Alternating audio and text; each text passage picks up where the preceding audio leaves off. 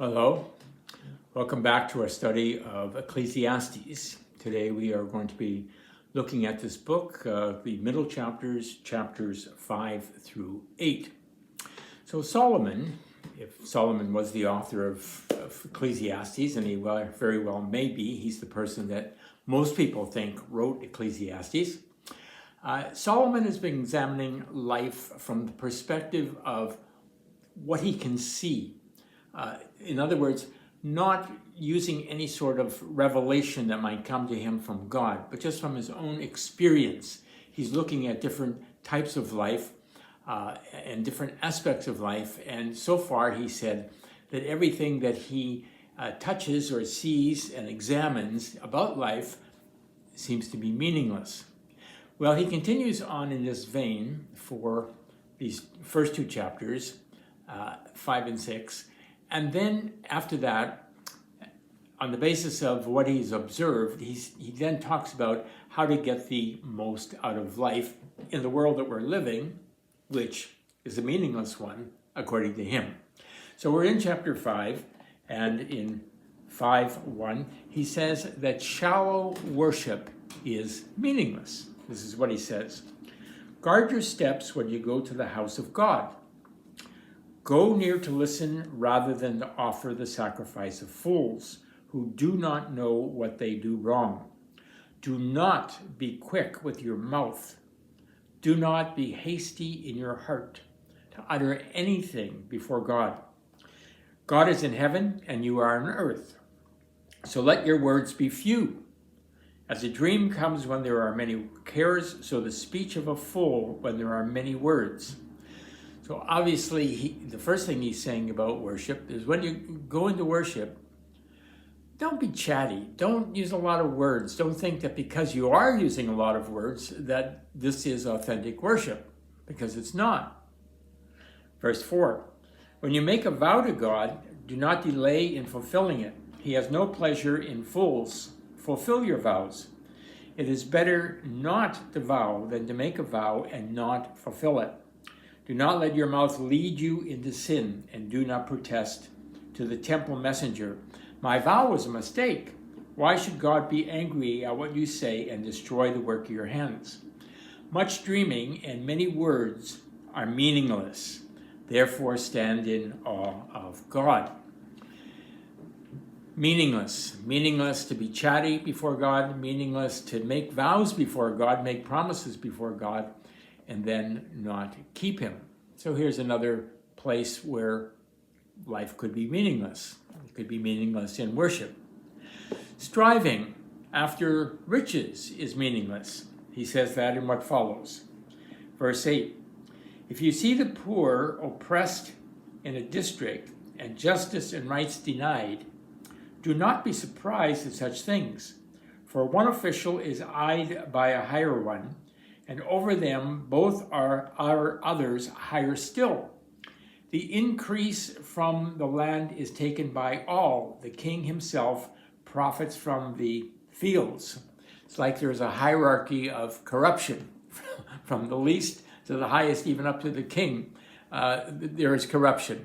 So don't be surprised when you see it. Whoever loves money never has enough. Whoever loves wealth is never satisfied with his income. This too is meaningless. Meaningless to not be satisfied with what you have. Verse 11, as goods increase, so do those who consume them. And what benefit are they to the owner except to feast his eyes on them? The sleep of a laborer is sweet, whether he eats little or much, but the abundance of a rich man permits him no sleep. So it may be even that the poor man can sleep at night, but the rich man isn't sleeping at night because he is worrying about his money. I have seen a grievous evil under the sun, wealth hoarded to the harm of its owner, or wealth lost through some misfortune, so that when he is a son, there is nothing left for him. Naked a man comes from his mother's womb, and as he comes, so he departs. I think we have all heard that. You come into the world with nothing and you leave the same way.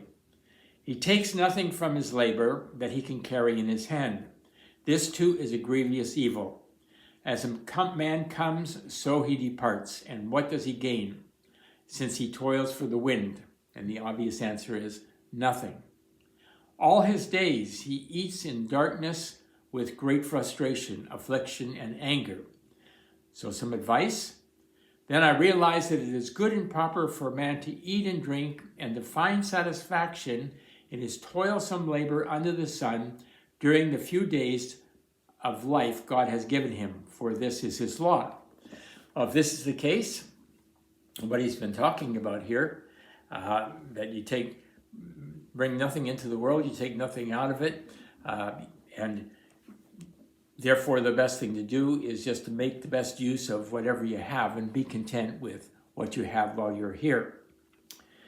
Then he goes on to say, having it all, but not enjoying it is meaningless. Chapter 6. I've seen another evil under the sun, and it weighs heavily on men.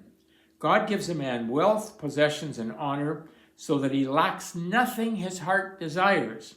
But God does not enable him to enjoy them, and a stranger enjoys them instead. This is meaningless, a grievous evil. Guy's got everything, but he's not enjoying it.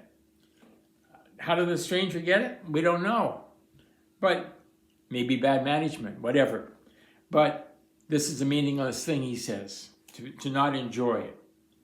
A man may have 100 children and live many years, yet no matter how long he lives, if he cannot enjoy his prosperity and does not receive his proper burial, I say that a stillborn child is better off than he. It comes without meaning, it departs in darkness, and in darkness its name is shrouded. Though it never saw the sun or knew anything, it has more rest than does that man, even if he lives 1,000 years twice over, but fails to enjoy his prosperity. Well, that's something, isn't it? A stillborn never has life at all, never sees life. But the teacher says, that person is better off than the one who has everything, but can't enjoy it.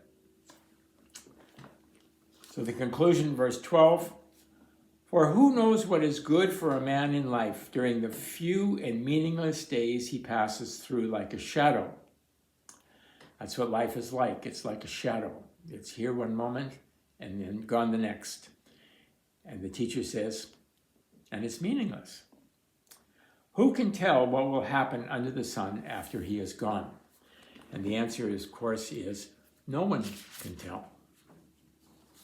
So, Solomon has concluded, after examining human experience from the perspective of the experiential, what he can see right in front of him, excluding God, devoid of revelation, and has concluded that all, including, going back to what we said last time, work, pleasure, the pursuit of pleasure, the pursuit of riches, and even human wisdom, the type of wisdom that's devoid of God bringing that wisdom, are meaningless. So up until this point in time, the teacher, Solomon, has made the conclusion that everything that he sees around him and all that he has examined and maybe all that he has experienced personally here in life, looking at it from the perspective of human eyes and not from what God may say to him, all is meaningless, vain, without substance. Still, he concludes, some ways are better than others. And so he thus proceeds to suggest rules for the best life possible under the circumstances that we just were talking about. And so in chapter 7 then, we begin to look at some of the rules, if you like, or suggestions that he makes for living life in these circumstances of meaninglessness. And the first one is this: character a good reputation is good. Unlike perfume, which is temporary, character lasts. This is what he says. A good name is better than fine perfume. A good name. A character, a reputation, that's what he's talking about here. Those things are better, he says, than his perfume. Perfume has a purpose, but it's very temporary. A good name is better, he says. Even in the circumstances that we talked about, everything so far, you should develop your character. Secondly, verses 2 to 4, he says you should take life seriously. It is better to go to a house of mourning than to go to a house of feasting. For death is the destiny of every man. The living should take this to heart. Sorrow is better than laughter, because a sad face is good for the heart. The heart of the wise is in the house of the mourning, but the heart of the fools is in the house of pleasure. So it's good to reflect on life's brevity. Cultivate sobriety and seriousness. A solemn, serious attitude towards life is a better way to go than to be having a life of pleasure and seeking after it. Then he says in the next verse that it is beneficial to be wise. He says it is better to heed a wise man's rebuke than to listen to the song of fools. So he's saying you should be willing to take good advice, okay? And then he talks more about some things that we should be doing in verse 9. He says, do not be quickly provoked in your spirit, for anger resides in the lap of fools. So, another piece of advice to live life well in the midst of this meaninglessness: be in control of your emotions. Then he says, be wise and accept the good times and the bad times in your life. 11 to 14. Wisdom, like an inheritance, is a good thing and benefits those who see the sun. Wisdom is a shelter, as money is a shelter. But the advantage of knowledge is this, that wisdom preserves the life of its possessor. Consider what God has done. Who can straighten what he has made crooked? God's at work, and who can undo it, whatever he does? When times are good, be happy. But when times are bad, consider, God has made the one as well as the other. Therefore, a man cannot discover anything about his future. Life holds good times and it holds bad times. When you're living in the midst of good times, be happy and enjoy it. When bad times come, well, just consider that that's part of life. That's part of life. Verse 15. In this meaningless life of mine, I have seen both of these, a righteous man perishing in his righteousness, and a wicked man living in his wickedness. Do not be over-righteous, nor be over-wise. Why destroy yourself? Do not be over-wicked, and do not be a fool. Why die before your time? It is good to grasp the one and not let go of the other. The man who fears God will avoid all extremes. So he's saying here that you should avoid extremes. And one extreme, he says, is the extreme of righteousness. Well, that only makes sense if he's talking about self-righteousness, which I think he is talking about. Don't be overly self-righteous. And don't be overly wicked either. Don't do things that you know you shouldn't do. He goes on to say that wisdom is good, but even then one needs to be aware of its limitations. Verses 19 to 25. Wisdom makes one wise man more powerful than 10 rulers in a city. Okay, so he is advocating wisdom. And recall, this is the kind of wisdom that we've been talking about, the wisdom that does not involve God sharing this wisdom, but just from human thoughts. There is not a righteous man on earth who does what is right and never sins. He's right about that, isn't he? Do not pay attention to every word people say, or you may hear your servant cursing you.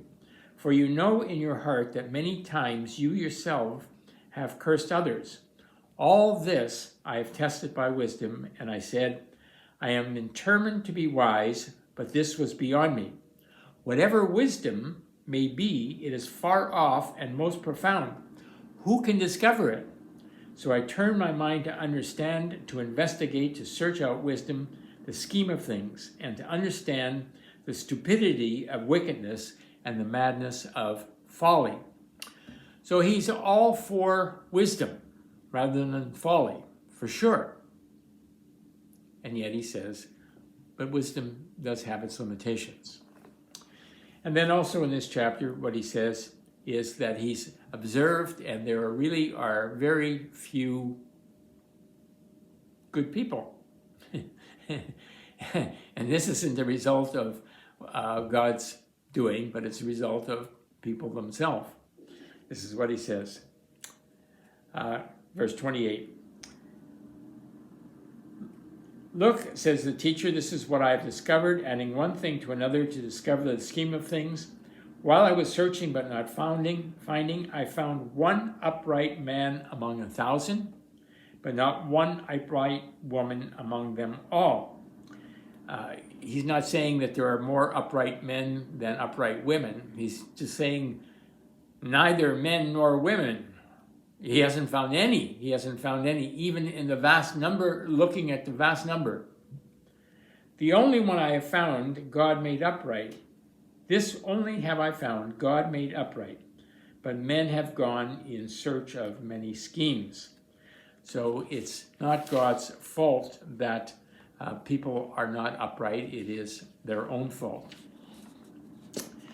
More advice for coping with life comes in chapter 8. And one of the things that he says, kind of different, is if you're going to make it in life, one of the things you should do is you should, to get along well in life, is you should obey authority. Look, verse 2, chapter 8. Obey the king's command, I say, because you take an oath before the God. Do not be in a hurry to leave the king's presence. Do not stand up for a bad cause, for he will do whatever he pleases. Since a king's word is supreme, who can say to him, what are you doing? So, take heed before a king. And verse 5 says, whoever obeys his command will come to no harm, and the wise heart will know the proper time and procedure. So, piece of advice. You're going to be better off in life if you obey authority than if you go against authority, right? What else does he say? Well, he says in verses 11 to 13, being God-fearing and reverent before him is preferable to wickedness. Verse 11, when the sentence for a crime is not carried out, the hearts of people are filled with schemes to do wrong. Although a wicked man commits 100 crimes and still lives a long time, I know that it will go better with God-fearing men who are reverent before God. Yet, because the wicked do not fear God, it will not go well with them, and their days will not lengthen like a shadow. This is the scenario he paints. Here's people are doing wrong, but they're not being held accountable. And so what happens? Well, they keep on doing wrong and more wrong. And here you are doing right, and you're looking at them and saying, well, this isn't a good thing. This isn't fair that I'm living a righteous life. And Solomon is saying, no, it's still better. It's still better to live righteously than it is to live like these people. Verse 14, there is something else meaningless that occurs on earth: righteous men who get what the wicked deserve, and wicked men who get what the righteous deserve. This too, I say, is meaningless.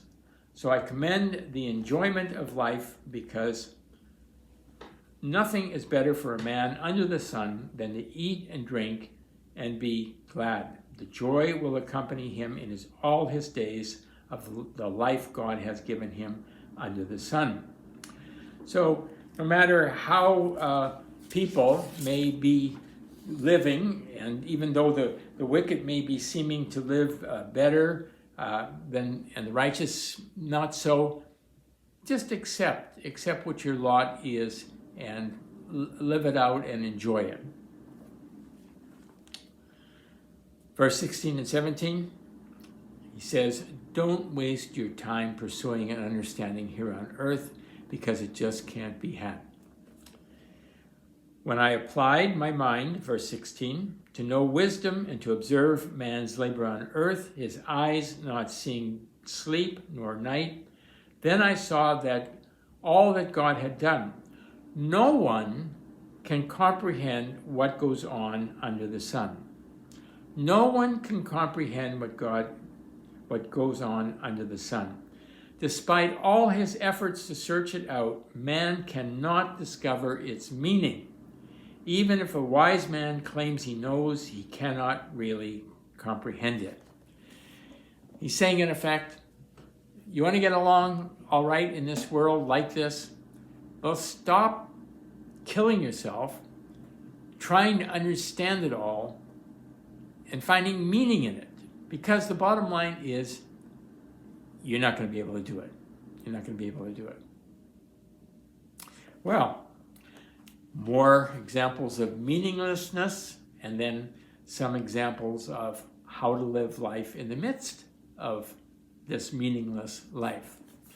Interestingly, even though Solomon is looking at life and making suggestions not on the basis of what God is saying, but on the basis of what his own mind is reasoning a person should do, nevertheless, many of the things that he is saying are consistent with what we know as believers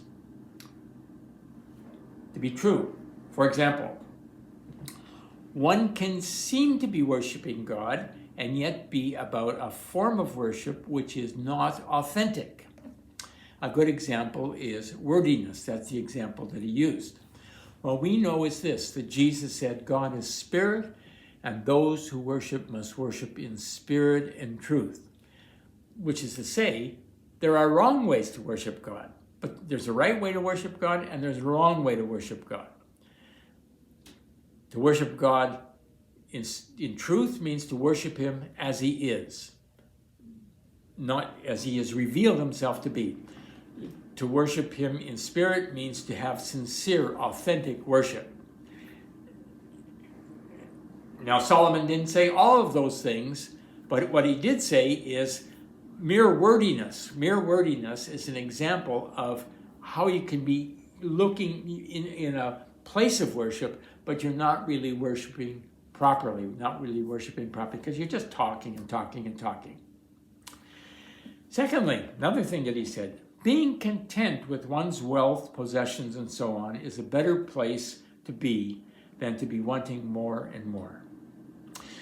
That brings to mind something that Paul said. Remember, he said, godliness with contentment is great gain. And then remember what Jesus did? He told a parable about this farmer who just built bigger barns and bigger barns because he kept pursuing more and more wealth. And then he said, what's the use of it all? Because God is demanding your soul tonight. So you're wasting your time. So being content is good. Solomon is suggesting it, and elsewhere in Scripture we're learning the same truth. Another thing, to comprehend the brevity of life and to live life in the knowledge of life's shortness is wise. Therefore, presumption about the future is unwise. Yeah, if life is brief, which it is, then it's presumptuous to say, well, I have all these great plans, which is exactly what we read in the book of James. James 4:14 says, why you do not even know what will happen tomorrow? What is your life?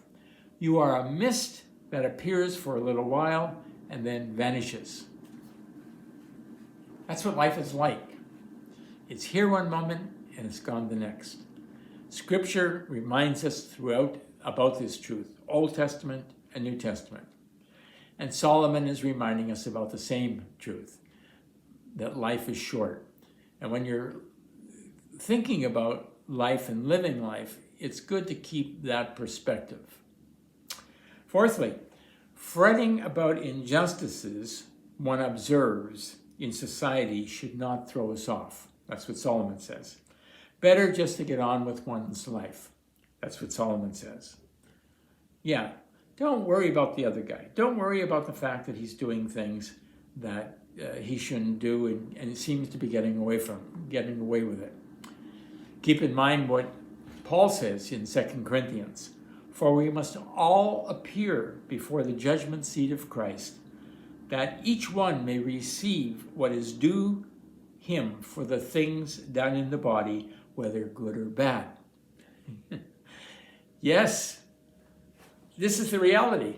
Now, Solomon's not saying this, but we as believers know this. We know that, okay, people seem to be getting away with things right now, even bad behavior, but there is a day of judgment,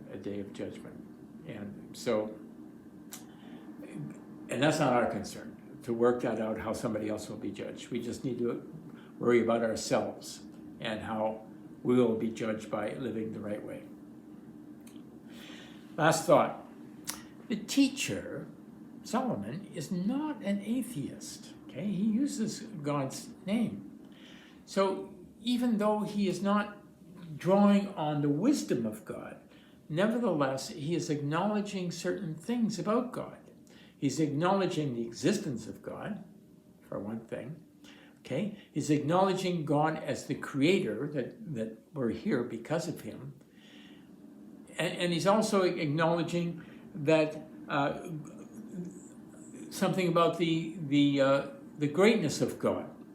And these are things that Paul reminds us about in Romans chapter 1. He says, there in Romans, maybe I can get it quickly. I should have gotten it earlier, but I'll try to get it as quickly as I can. In Romans 1, he says, for since the creation of the world, God's invisible qualities, his eternal power and divine nature have been clearly seen, being understood from what has been made, so that men are without excuse.